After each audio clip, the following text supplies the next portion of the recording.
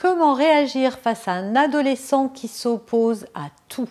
Bonjour, je suis Noémie de Saint-Cernin, je suis coach, conférencière, formatrice et auteure du livre Les clés du passé, Se libérer pour changer de vie, paru aux éditions Erol. Alors aujourd'hui, on va parler d'un sujet que vous me demandez souvent et que m'a proposé Géraldine. Donc aujourd'hui, je vais répondre à la question d'une maman sur l'adolescence et sur les refus de l'adolescence. Alors je vous lis sa question. Elle va sans doute parler à beaucoup de monde. Comment aborder un adolescent qui, de base, refuse tout en bloc ? S'efface de la vie familiale, se fiche de ses devoirs, de respecter les autres. Je suis à son écoute, mais il n'entend pas ce que je dis ou ne veut plus rien entendre de nous. C'est lui et lui avant tout. Pas évident d'éviter les crises. Je lui ai dit que je m'adaptais à son nouvel âge, que les règles de la maison s'adaptent en fonction de cela, mais lui ne fait rien du tout. Du coup, je lui dis que s'il ne fait rien, moi non plus, mais la réaction physique et verbale est bien différente de celle d'un enfant, et là, je ne sais plus comment faire. Je pense que la fin, ce qu'elle veut dire, c'est que c'est plus difficile qu'avec un petit enfant. Alors, est-ce que c'est votre cas aussi? Est-ce que vous avez du mal à faire en sorte que vos adolescents coopèrent et participent aux tâches de la maison et remplissent leurs devoirs? Parce que oui, les enfants, ça a des devoirs. Donc, quand on en arrive là avec un adolescent qui visiblement est complètement fermé à la communication, c'est qu'il y a eu à un moment un problème de communication avec lui. Un enfant ne se ferme pas du jour au lendemain avec ses parents, c'est qu'à un moment, soit il a subi trop de rapports de force, on lui a trop donné d'ordres, il les faisait parce qu'il était petit, et puis un beau matin, il s'est rendu compte qu'il avait du pouvoir, qu'il avait le pouvoir de dire non, et surtout que vous aviez peu de moyens pour arriver à le faire changer d'avis.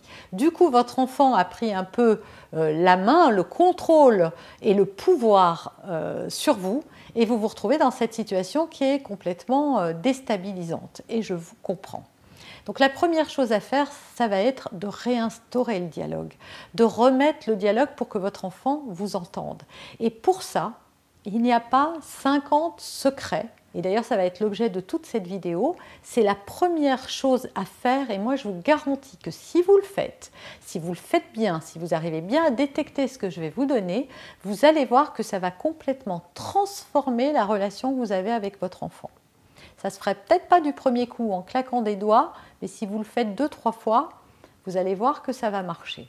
Votre enfant a besoin de retrouver la confiance qu'il peut mettre en vous, et il a besoin de sentir que vous n'allez pas encore le traiter comme un bébé, parce que c'est ça qu'un adolescent ne veut plus, et que vous n'allez pas à nouveau rentrer dans un rapport de force avec lui où il doit obéir, vous obéir, faire ce que vous lui demandez, et donc être juste là pour se soumettre à votre bon vouloir, parce que c'est comme ça qu'il le vit aujourd'hui et c'est pour ça qu'il s'oppose.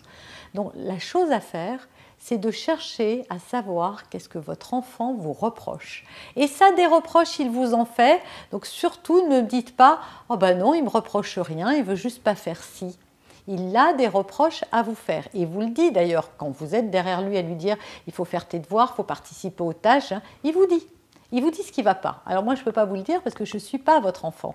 Il y a forcément quelque chose qui le contrarie dans la façon dont vous interréagissez avec lui, dans la façon dont vous communiquez avec lui ou dans la façon dont vous avez communiqué jusque-là avec lui. Et donc, quand vous aurez trouvé ce que vous reproche votre enfant, la chose à faire, ça va être d'accepter son reproche. Ah oui, alors là, c'est difficile.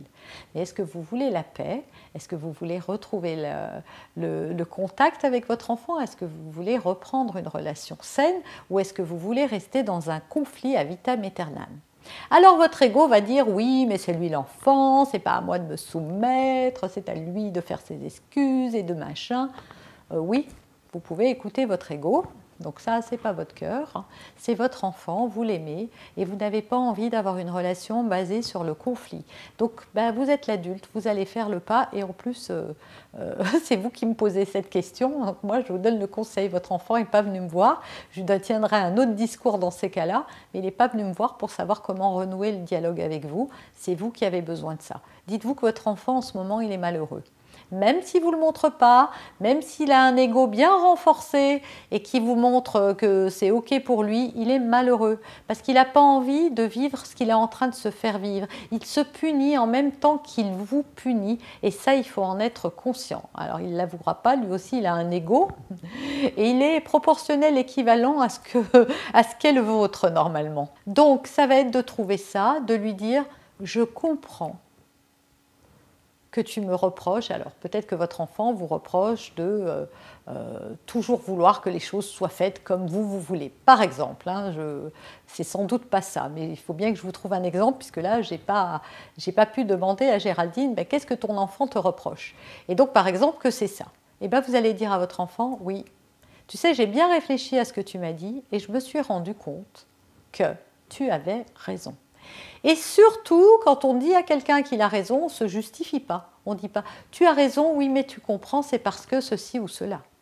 Non, tu as raison. La deuxième étape, ça va être d'être en empathie avec votre enfant, de lui montrer que vous le comprenez, que vous éprouvez de la compassion pour ce qu'il a vécu ou ressenti. Je comprends que ça devait être douloureux pour toi d'être traité de telle et telle façon. Je comprends que tu as pu ressentir que nous n'avions pas confiance en toi, ou qu'on était trop dur, ou qu'on était trop exigeant, que c'était difficile, que nous ne te valorisions pas assez, qu'on avait trop de critiques, qu'on était trop tendu, qu'on n'arrivait pas à suffisamment t'écouter. Peu importe.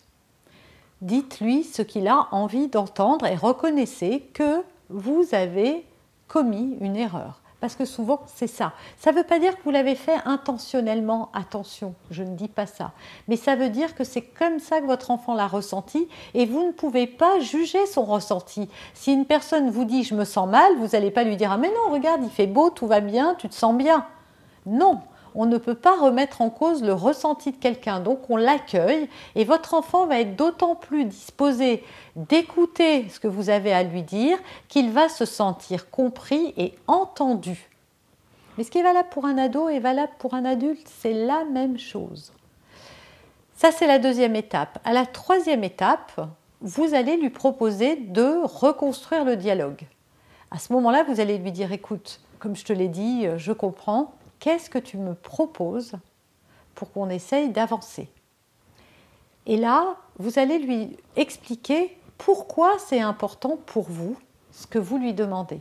En lui disant, tu vois, si tu ne travailles pas, je comprends, tu n'as pas envie de faire tes devoirs, tu as l'air d'être vraiment pas du tout motivé. Qu'est-ce qui se passe? Comment je peux t'aider? Est-ce que tu sais pourquoi ça me hérisse et pourquoi je suis à ce point en colère? Alors, ce n'est pas la bonne attitude que j'ai, mais est-ce que tu imagines ce qui se joue en moi? Je me fais juste du souci, et ce souci, j'ai une mauvaise manière de te le transmettre, ça crée des angoisses chez moi. Je me dis que si tu ne travailles pas à l'école, tu vas redoubler, ça ne va pas bien se passer, tu ne seras pas bien dans ta peau, si tu te retrouves avec des plus jeunes l'année prochaine, tu n'auras plus tes amis, etc. etc. Dites-lui quelles sont vos peurs, parce que ce qui vous agace, c'est ça. Vous pouvez lui dire aussi ce que vous ressentez.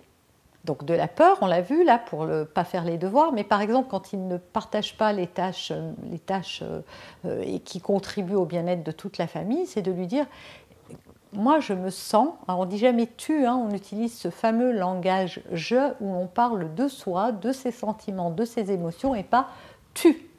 Tu me rends triste, tu m'énerves, tu me fais me sentir mal, etc. C'est « je me sens impuissante et surtout je trouve que ce n'est pas juste que tu ne partages pas les tâches parce que nous sommes dans une famille, il y a des choses que tout le monde qui profitent à tout le monde. Ce n'est pas les mêmes personnes qui doivent sans arrêt vider le lave-vaisselle, mettre la table, faire les courses, débarrasser et je sais quoi d'autre. Moi aussi, ça ne me plaît pas du tout. Je n'ai aucune envie de débarrasser, sauf que ça fait partie des tâches qu'il faut faire. Mais maintenant que tu es plus grand, je trouve normal que tu participes, pas toi. Est-ce que tu penses que c'est qu'à moi de faire ça? Je suis sûre que non. Simplement, je vois bien que tu es vexée et en colère et que c'est une manière pour toi d'avoir un levier pour pouvoir me montrer que peut-être je n'ai pas été assez à ton écoute. Et c'est comme ça que le dialogue va revenir dans votre foyer. C'est comme ça que votre enfant, en se sentant enfin compris et écouté, va pouvoir vous écouter à son tour. Et c'est à ce moment-là, quand vous allez sentir que la confiance revient, qu'il va falloir éviter de retomber dans les mêmes schémas d'erreur, hein, parce que soyez congruent, sinon votre enfant, vous aurez du mal à le récupérer une seconde fois. Vous allez ramener davantage et il se méfiera et aura beaucoup moins confiance en vous. Donc surtout, établissez des règles et essayez de vous y tenir. Écoutez-le et trouvez un consensus de manière à ce que les besoins et les limites des uns et des autres soient respectés. Donc écoutez ses besoins, écoutez ses limites, qu'il écoute vos besoins et vos limites et essayez de trouver ensemble un consensus qui profite à tout le monde et surtout au collectif.